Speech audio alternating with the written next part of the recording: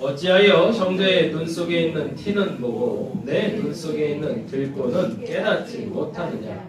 너는 내 눈 속에 있는 들보를 보지 못하면서 어찌하여 형제에게 말하기를 형제여 나로 내 눈 속에 있는 티를 빼게 하라 할 수 있느냐?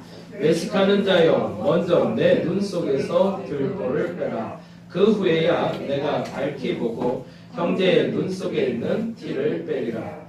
못된 열매 맺는 좋은 나무가 없고 또 좋은 열매 맺는 못된 나무가 없느니라. 나무는 각각 그 열매로 아나니 가시나무에서 무화과를 또는 찔레에서 포도를 따지 선한 사람은 마음에 쌓은 선에서 선을 내고 악한 자는 그 쌓은 악에서 악을 내나니 이는 마음에 가득한 것을 입으로 말함이니라. 아멘. 자리에 앉아주시기 바랍니다. 글씨가 어떻게 보기 괜찮으신가요? 이 정도면 조금 키우는 게 낫겠죠? 예, 오늘은 새신자반 요번 주 그리고 다음 주에 이제 마무리 하려고 합니다. 저희가 20주 동안 계속 같이 말씀을 나눠왔는데요. 그래서 20주 동안 나눴던 이 새신자반의 1강부터 10강까지를 다시 한번 좀 정리하는 게 오늘, 그리고 다음 주에는 11강부터 20강까지 이야기를 같이 한번 다시 점검하면서 나누려고 하는데, 이유는 좋은 열매를 맺는 방법에 대해서 제가 좀 이야기를 좀 하려고 해요. 앞에를 보시면서 같이 쫓아오시면 될 것 같아요. 같이 한번 읽어볼까요? 우리의 생을 통해 하나님은 좋은 열매를 맺기 원하십니다. 그래서 우리는 좋은 토양에서 자라면 좋습니다. 또한 좋은 나무가 되는 것도 중요합니다. 좋은 열매를 맺기 위해서 필요한 조건이 뭘까요? 사실은 좋은 열매는 좋은 토양에서 나옵니다. 지난주에 우리가 가정생활 얘기를 했죠. 그리고 오늘 부부생활 얘기하려고 했는데요. 아이들이 건강하게, 아이들이 참 좋은 아이를 자라려면 뭐가 좋아야 될까요? 토양이 좋아야 돼요. 토양이 좋다는 건 뭘까요? 부모가 좋다는 얘기죠. 아이가 아무리 똑똑하고 아무리 영민하다 할지라도 부모의 영향을 안 받을 수가 없기 때문에, 그래서 사실은 토양이 좋은 것처럼 좋은 건 없습니다. 부모의 인성과 부모의 성품이 아이를 지배하고 있기 때문에 그렇죠. 그래서 첫 번째로 제일 좋은 건 좋은 토양을 갖는 것. 나는 그 좋은 부모인가 한번 좀 점검해보는 시간이 됐으면 좋겠어요. 근데 좋은 토양이 아니더라도 좋은 열매를 맺는 나무들이 있더라고요. 그건 어떻게 가능할까요?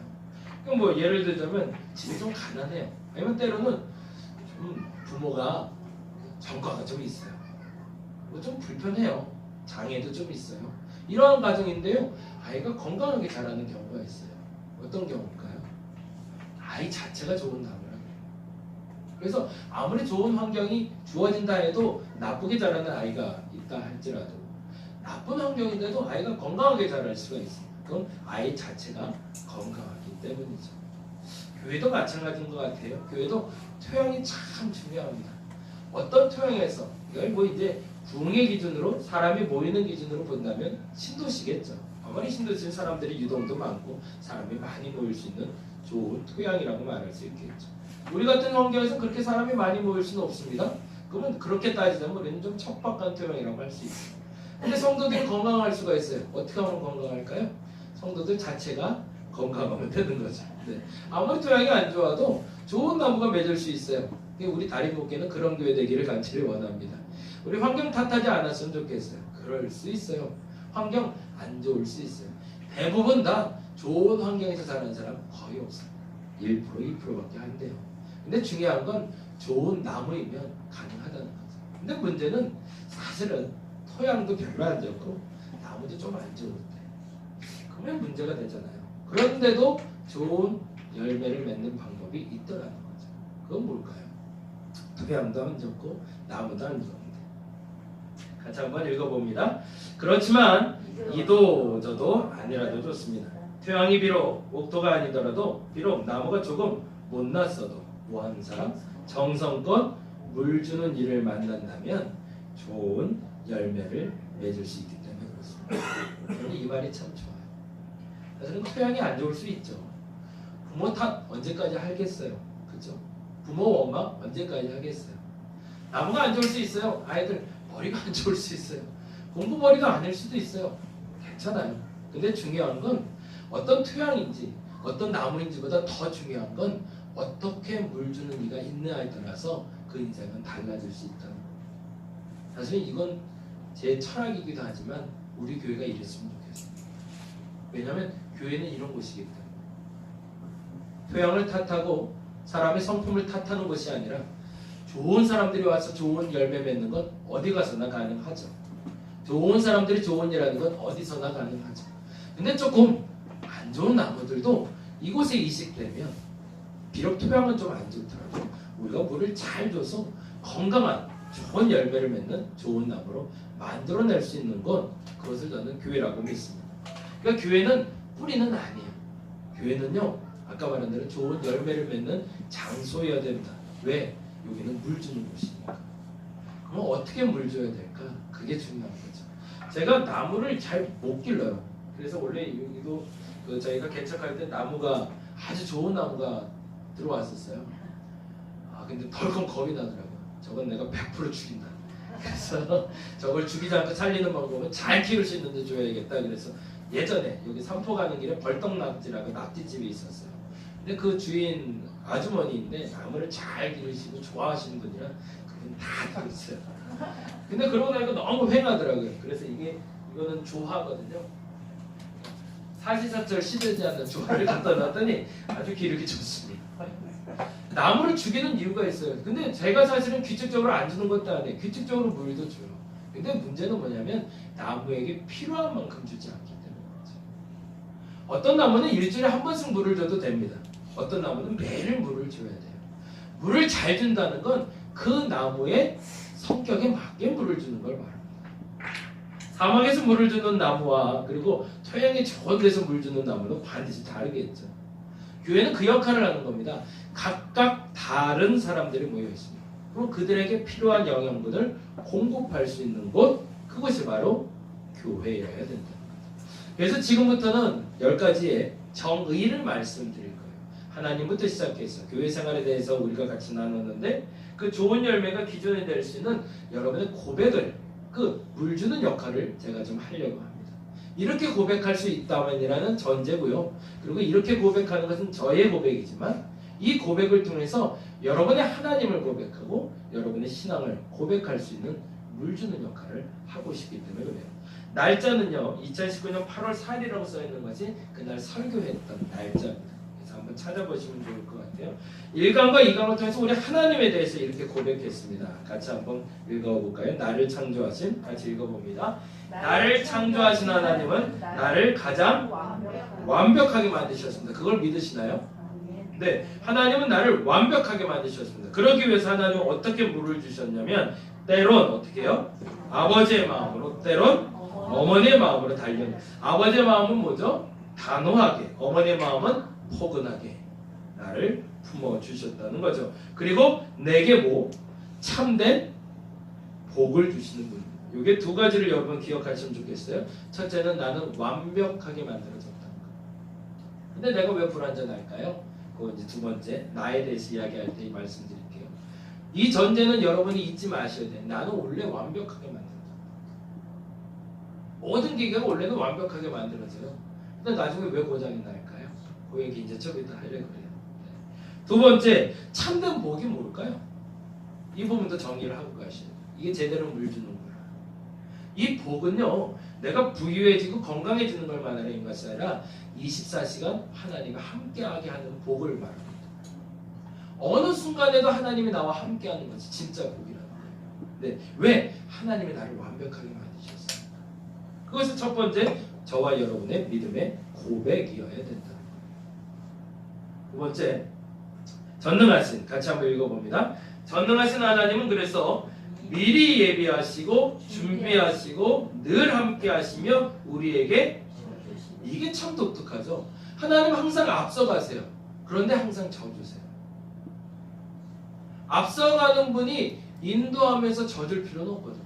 근데 하나님은 그러면 어떻게 한다는 거예요? 앞에서도 뒤에서도 함께 하세요. 그 하나님이 나의 하나님이지. 여러분의 가이드라인을 좀 잡으시라고 말씀드려요. 이기고 기뻐하는 하나님이 아닌 져주고 기뻐하는 약복강의 하나님이 참 좋습니다.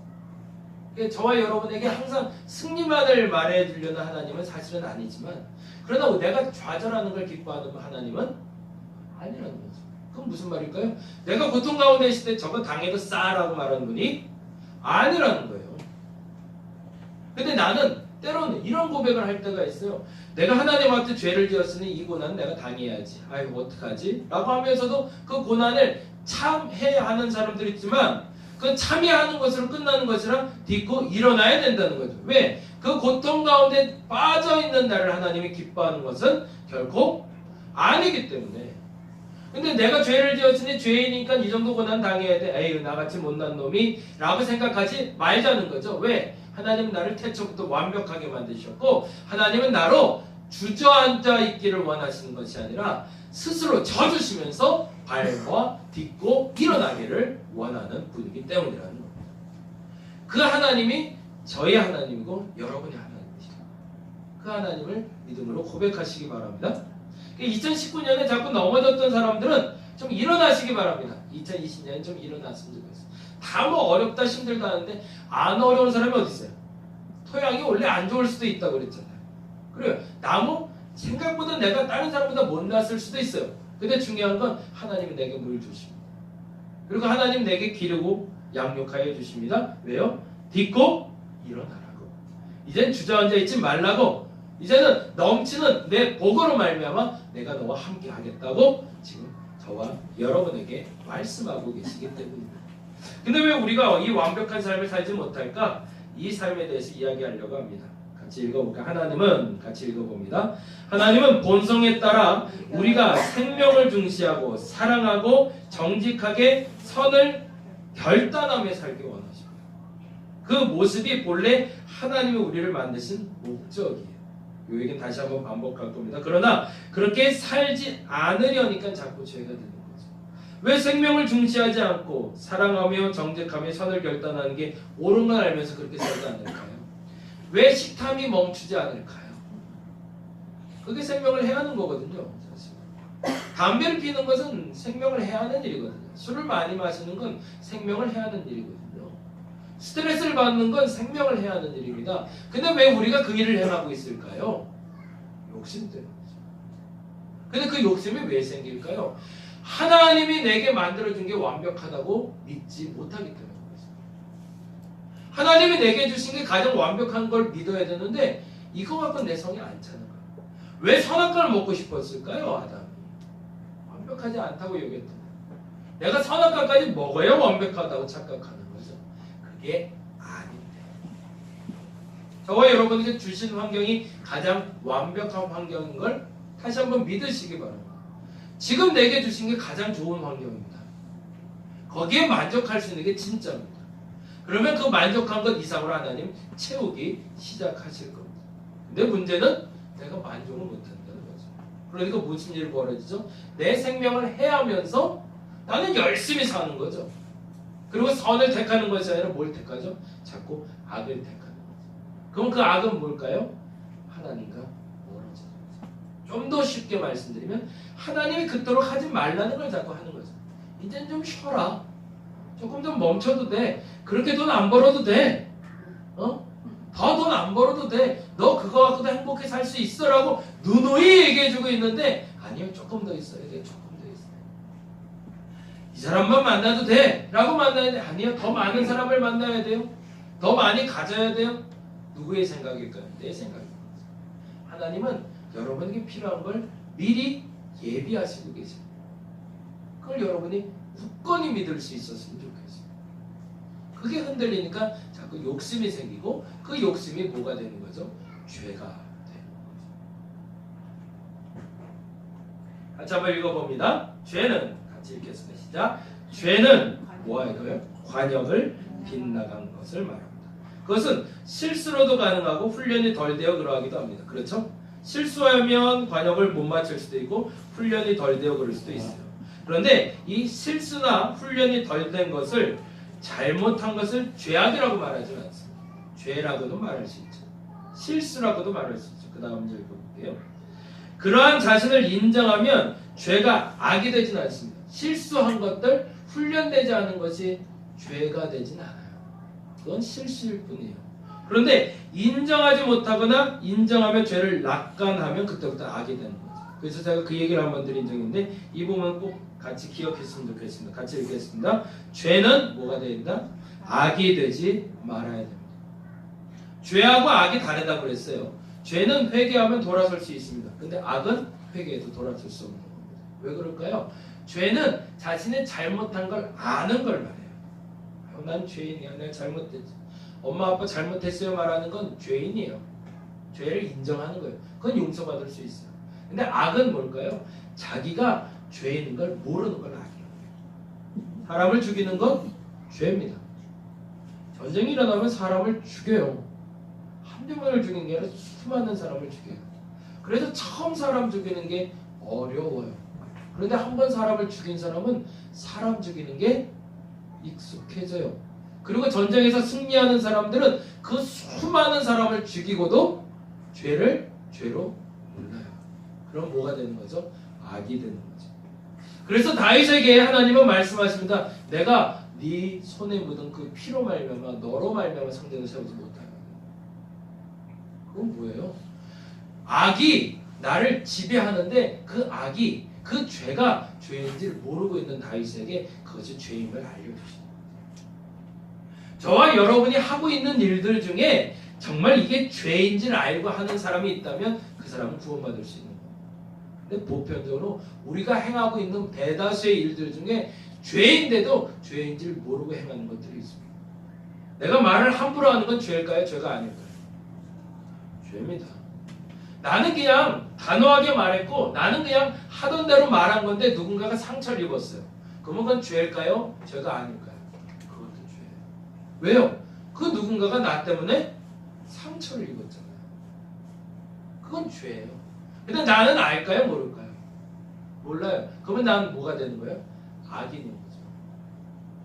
우리는 대다수의 모든 일들에 대해서 100%다 이것은 죄다, 악이다 구별할 수 있는 능력이 없습니다.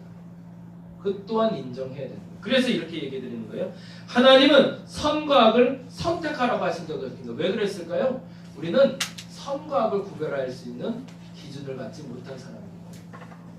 그러면 어디까지는 선이고 어디까지는 악일까요? 어디까지는 선한 거짓말이 가능하고 어디까지는 악한 거짓말일까요? 암병이 걸린 아버지가 계신데 그 암이 걸렸다고 지난번에 우리 종현이네 가정이 그랬는데 아버지가 말기암이 됐는데 말기암인 걸 말을 못했대요. 가족들이. 왜? 그것 때문에 충격받아서 갑자기 더 몸이 안 좋아질까 봐. 그래서 한 달 전인가 2달 전에 아버지의 몸 상태에 대해서 말씀드렸다고 얘기 드렸어요. 선한 거짓말이죠. 악일까요? 죄일까요? 그걸 어떻게 판단할 거예요? 이게 죄인가요? 악인가요? 우리는 판단할 능력이 없어요.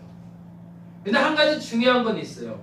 만일에 그것이 악이라 깨달아지고 선이 아니라고 여겨진다면 어떻게 해야 된다고요? 떠나야 된다는 거죠. 하지 말아야 된다는 거죠. 근데 그게 깨달아지지 않을 때는 어쩔 수 없습니다. 주님의 판단에 맡길 수밖에 없는 거예요. 그럼 어떤 사람이 구원받을 수 있을까요? 아무도 없는 거죠. 그래서 세상의 선과 악을 판단할 수 있는 사람은 아무도 없으니까. 그래서 구원은 오직 누구를 통해서 가능한 걸까요? 예수님밖에 없는 거예요. 왜냐하면 내가 선을 행해서 구원받겠다고 말하는 사람들 치고 100% 선한 이는 이 땅에 존재하지 않기 때문에 그렇습니다. 이 말이 여러분에게 인정이 되셔야 돼요. 이 말을 이해하기는 쉽진 않겠지만 인정하셔야 됩니다. 왜? 난 죄인이에요. 근데 보다 정확히 말하면 사실은 악인이에요. 나는 내가 짓는 그 수많은 죄가 진짜 죄인지를 모르고 살아가고 있기 때문에 그렇습니다. 그래서 예수님이 오신 겁니다. 다시 한번 읽어볼까요? 같이 읽겠습니다. 빨간 글씨 읽겠습니다. 실수와 잘못은 용서로 회복될 수 있죠. 그렇죠. 실수와 잘못은 용서로 회복될 수 있어요. 왜? 내가 아니까. 그게 죄인 걸 아니까, 잘못한 걸 아니까 이거는 내가 잘못했어요 말하면 돼요. 내가 설교하다가 물을 엎었어요. 아이고 죄송합니다. 그러면 여러분이 용서해 주면 되잖아요. 아니 어떻게 설교하다 물을 엎을 수 있어? 그러면서 그거에 대한 대가를 치러! 라고 하면 할 말은 없지만 그거 아니고 여러분이 용서해 주면 해결되는 거예요. 그 다음에는 물을 필요 없어요. 근데 문제는 뭐예요? 죄악은 용서만으로 불가능해요. 그건 뭐죠? 대가를 치러야 됩니다. 근데 우리가 대다수가 그 악을 깨닫고 그것이 죄임을 깨닫고 나서도 그것에 대한 대가를 치르려고 하질 않아요. 그러면 그 일이 해결될까요? 해결이 안 된다는 얘기죠. 그 일을 위해 예수가 우리에게 오셨어요. 그래서 두 가지를 해주신 거죠. 첫째는 그것이 죄야, 그것은 악이야 라고 말해주기 위해서 오신 거예요. 뭐 하려고? 깨닫게 하시려고. 근데 깨달았는데 해결 못하는 건 어떻게 해요? 방법이 없는데 그거는 주께서 감당하시는 거죠. 깨닫지 못하는 나를 위해서. 같이 한번 읽어봅니다. 예수께서 우리에게 오신 이유는 뭐라고요? 죄인을 불러 착하고 약하게 만드는 것이 목적이 아니라 뭐 하려고요? 의인을 만들어 바르고 강하게 만드는 거죠. 근데 사람들 성품이 착한 사람들이 그래서 예수 믿기가 좋아요. 왜냐하면 죄를 깨달아 알게 되니까. 예수님이 이거 죄야 라고 알려주니까 아 이거 죄네? 아 어떡하지? 근데 이것도 죄야. 이것도 죄네?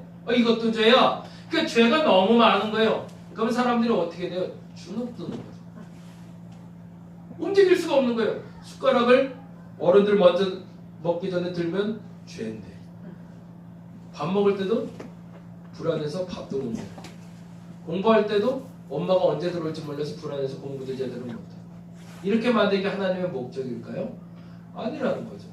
죄를 깨닫게 해놓고서 그것을 약하고 그리고 지금 여기에 써 있는 거예요. 착하게 만드는 것이 하나님의 목적이 아니라는 거예요.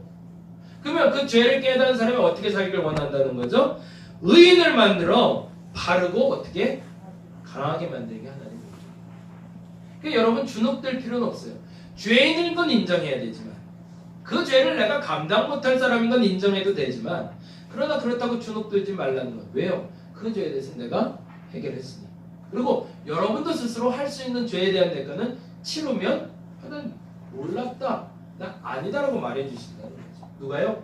예수께서. 그러면 세상을 주눅들어 살 필요가 있을까요? 아니요. 당당하게 살 필요 있는 거죠. 예수 믿는 사람들이 근데 대다수 너무 착해요. 그래서 할 말도 못하고 살아요. 그냥 져주는 게 예수 믿는 거라고 착각해요. 양보하는 것만, 희생하는 것만 아니에요. 그게 예수 믿는 게 아니에요. 때로는 희생해줘야 됩니다. 누구를 위해서 희생하는 거죠? 나보다 약한 사람을 위해서 나는 희생해야 됩니다. 그다음 나보다 강한 사람한테 희생하는 걸 하나님 요청하는 게 아니라는 얘기입니다. 나보다 강한 사람보다 더 강해지셔야 됩니다. 세상의 그 어떤 강함보다 하나님이 강하기 때문에 그렇습니다. 그러나 세상의 그 약자들 앞에서는 여러분이 강해지시면 안 됩니다. 그들 앞에서는 희생할 수 있는 사람이 되는 게 진짜 그리스도인이라는 얘기입니다. 이 물이 잘 여러분에게 부어지기를 원합니다. 이게 잘못 부어지면 잘못 예수 믿게 되기 때문에. 성령이란 분 그래서 보내주셨습니다. 같이 읽어볼까요? 성령께서는 우리에게 같이 읽겠습니다. 성령께서는 우리에게 말씀을 생각나게 하시며 그 생각으로 말미암아 뭐한대요? 책망도 하시고 권면도 하시고 우리를 바른 길로 인도하십니다. 나 혼자는 안 되니까. 근데 놔둬봤는데요. 예수님 오기 전에 창세 때부터 구약 시대에 그냥 놔둬봤는데 선지자 보내봤는데 안 되더라는 거예요. 밖에서 백날 얘기해봐야 듣지도 않고 말해도 모르고. 그래서 성령께서 하신 일은 뭐예요? 아예 내 안으로 들어와 버리시는 거죠. 그래서 내 안을 지배하기 시작하시는 겁니다. 어떻게 해요? 자꾸 말씀이 생각나게 하시는 거예요. 자꾸 들었던 것이 생각나게 하시고. 그래서 어떻게 하신다고요? 책망도 하시고 권면 그건 아니야 그건 맞아 얘기하시면서 바른 길로 인도하신다. 이게 복인 거죠. 그래서 이렇게 얘기합니다. 그분은 항상 우리 곁에 뭐 하시는? 임마누엘 하시는 우리의 하나님이 되어 주십니다. 성령께서 우리를 감동시켜 우리의 마음에 주시는 첫 번째는 뭐라고요? 평안입니다.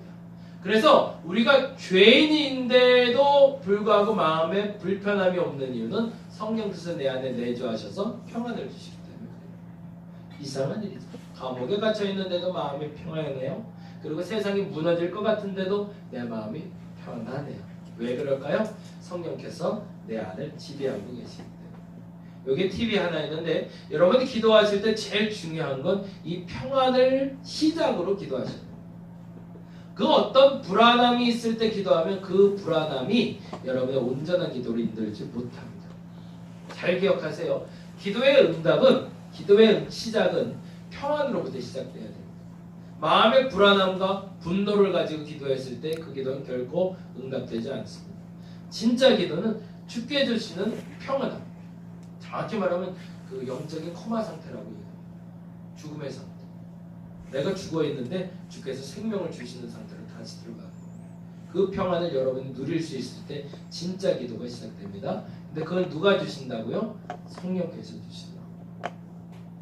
근데 더 중요한 게 있어요. 우리의 마음에 평안을 주시며 자유를 주시는 이유는 뭐 때문에요? 거룩하게 하기 위해서.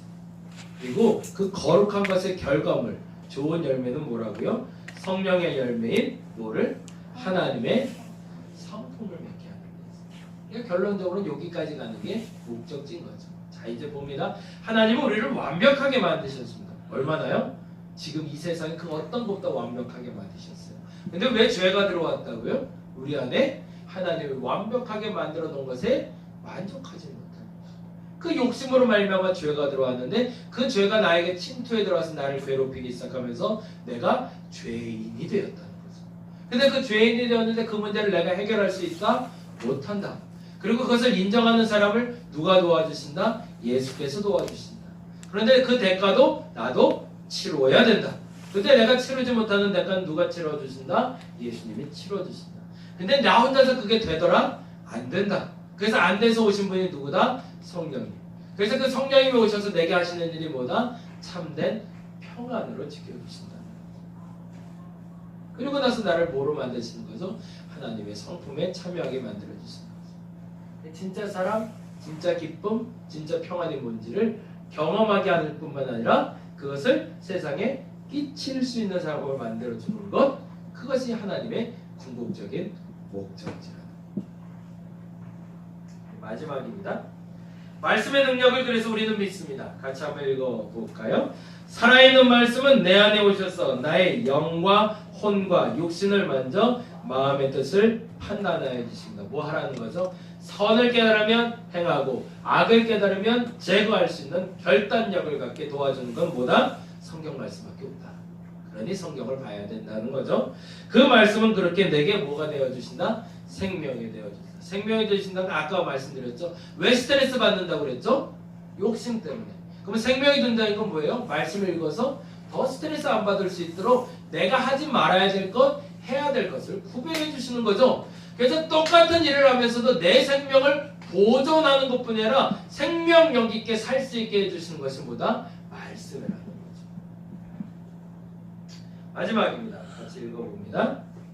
말씀이 우리 안에 임하시면 능력이 임합니다.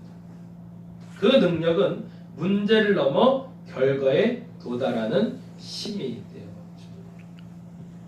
이 부분을 여러분 잘 기억하세요. 문제를 넘어 결과에 도달하는 힘이지 결과를 만들어주는 것이 말씀은 아닙니다. 결과는 누가 하시는? 하나님이 하실 거예요. 그러면 나의 뭐 해야 돼요? 그 말씀에 순종하는 거죠. 그러면 그 결과는 하나님이 내어주실 거예요. 근데 사람들은 보통 제가 이제 기도에 대한 이야기 계속하면서 그런 얘기하는데 기도의 응답은요, 내가 원하는 게 이루어지는 것을 기도의 응답이라고 말하면 안 됩니다. 이제부터 그거는 정리하시는 거예요. 기도란 내 삶 속에 나 홀로 할 수 없으니 하나님이 개입해달라는 얘기입니다. 그러면 기도의 결과는 하나님이 개입해서 이것 해라 라고 말씀하시는 걸 듣는 걸 기도응답이라고 얘기합니다. 예를 들면 제가 그 얘기 계속하는데 100만 원이 갖고 싶어요. 내가 100만 원이 갖고 싶은데 이 100만 원을 어떻게 가질까? 근데 나 스스로는 100만 원을 가질 수 있는 능력이 안 돼요. 어디서 돈 벌어올 자신도 없고요. 그럼 뭐 하는 거죠? 하나님이 내 삶에 개입해달라는 거예요. 하나님이 내 삶에 개입하셔서 100만 원을 벌 수 있는 방법을 알려달라고. 그럼 하나님이 기도 응답하실 거예요. 어떻게 하라고? 100만 원을 벌 수 있도록 내가 무엇을 해야 되는지를 알려주시는 거예요. 어디에 나가서 돈을 벌라고 하시고 누구에게 구걸하라고 하시던가 누구에게 전화하라고 하시던가 이런 일들이 벌어지는 것, 그것을 우리는 기도 응답이라고 얘기해요. 그럼 100만 원은 언제 주시는 걸까요? 나중에 하나님이 원하는 때에 주시는 거예요. 그 100만 원을 받고 안 받고가 결정권은 하나님께 있는 거지 내게 있는 건 아니기 때문에 그렇습니다. 근데 중요한 건 그 마음을 주신 분이 하나님이라면 그 100만 원 반드시 내게 올 제가 기이한 경험을 하는데, 물론 이건 조금 다른 경험이라 모르겠어요. 앞으로 어떻게 될지 모르지만 저희가 쌀통이 있어요. 쌀통이 그 페트병에다 이렇게 쌀을 좀 재놓거든요. 1년치 양식을. 그래서 들어온 대로 조금씩 채워요. 그래서 보면서 계속 기도해요. 저게 좀 채워져야 되는데, 저게 좀 채워져야 되는데. 근데 작년, 재작년만 해도 쌀이 꽤 많이 들어왔었어요. 저희가 도의원 하시는 분이 있었는데 그분이 10kg짜리 20개를 항상 갖다 주셨어요. 얼마예요? 200kg가요. 그래서 항상 쌀이 좀 넘쳤어요. 그래서 너무 넘쳐서 이걸 어떻게 할까 그래서 사방팔방 나누고 살았는데 올해는 이상하게 잘 안 들어오는 거예요. 그래서 이걸 어떻게 할까 그러는데 요번에 하나님 제게 주신 응답은 기도하라는 거였어요. 그냥 기도하고 가만히 한번 기다려보라고. 누구에게 요청하지도 말고. 사실은 전화 한 통하면 쌀 안 들어오겠어요. 쌀 좀 갖고 가라고 얘기하면 되겠죠. 근데 요번엔 이상하게 어디다도 말을 못하게 막으시더라고요. 그러면서 그냥 지켜보고 있어요. 근데 재미난 일이 벌어졌어요. 새벽마다 어디서 까마귀들이 이렇게 와요. 예배 드리고 나오면 10kg가 와 있고요. 예배 드리고 나오면 10kg가 와 있어요. 누가 갖다 놓은지도 모르겠어요. 그게 더 궁금해요. 진짜로 모르겠어요. 근데 새벽 예배 때 그래서 우리 권사님 한번 저 뒤에 앉는 분이 있는데 그분이 살짝 보실 때 뭐 부시럭거리는 소리가 났어요. 근데 어느 한 60대 정도 보이는 남자분이 이렇게 슬쩍 놓고 가시더래요. 왜 안 됐지 모르겠어요. 근데 이상하게 한 번에 많이도 안 들어와요. 예, 10kg, 20kg, 10kg, 20kg 이렇게 들어와요. 그래서 거의 다 찼어요. 어떻게 채우실지는 몰라요. 근데 중요한 건 하나님이 알려주시는 게 있어요. 그걸 우리는 꿈이라고 얘기해요. 근데 그 꿈을 가지고 나는 기도해야 됩니다. 어떻게 해요? 지금 내가 뭘 해야 될지를 묻는 거예요. 잠잠하라 하시면 사람들한테 자꾸 요청하지 마시고 잠잠하시고. 제가 개인적으로 제일 싫어하는 게 그건데 선교 요청하시는 교회들이 많아요. 근데 사람들에게 대놓고 나 이렇게 어려우니 나 도와달라 이렇게. 그건 아닌 것 같아요. 근데 방법은 하나님이 원하시는 방법대로 채울 수 있도록 내가 해야 되는 일이라면 그 일을 할 수 있어요. 이 얘기는 공부하는 학생들에게는 더 중요해요. 100점 받았으면 좋겠어요. 좋은 학교 갔으면 좋겠어요.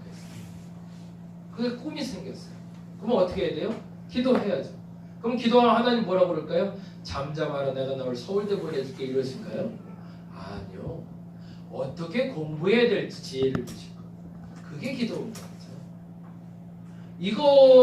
이 부분에 대해서 기도의 공식을 잃어버리면 잘못 기도하게 돼요. 그리고 왜 안 주냐고 자꾸 탓하게 되고 원망하게 돼요. 하나님은 주시는 분은 맞아요. 근데 순종하는 자에게 주시고 내가 지금 순종해야 될 게 뭔가 한번 기대해 보자고요. 그리고 2020년엔 제가 그걸 좀 요청하려고 해요. 송구 영치 때 기도 제목을 적을 건데 여러분의 소망, 꿈을 꼭 적어주시기 바랍니다. 그걸 1년 동안 한번 기도해 보자고요. 근데 중요한 건 뭐라고요? 기도 응답이 있을 거예요. 뭐? 그걸 주겠다는 응답이 아니라 주기 위해서 너 무엇 하겠느냐라는 응답. 그 응답이 떨어지면 어떻게 하면 될까요? 순종해야죠. 순종 안 하면 어떻게 될까요? 하나님 탓하면 안 돼요. 왜요? 안 주는 게 당연한 거니까. 왜? 순종 안 했는데 주면 그건 하나님께 기도한 응답이 아니니까. 근데 하나님께 순종하면 어떻게 될까요? 하나님 그때 맞춰서 반드시 주시고. 내년 1년 동안은 그래서 그렇게 기도해서 그 응답에 대한 결과물들을 간증으로 나눌 수 있는 저와 여러분 되었으면 좋겠어요. 집이 필요한 사람은 집을 놓고 기도해보는 거고요. 자녀의 결혼 그리고 또 좋은 소식을 위해서 기도하는 사람이 있다면 그 일을 놓고 한번 기도해봤으면 좋겠어요. 근데 중요한 건 하나님 주신 내 욕심 말고 욕심은 뭐가 되니까 죄가 되는 거니까.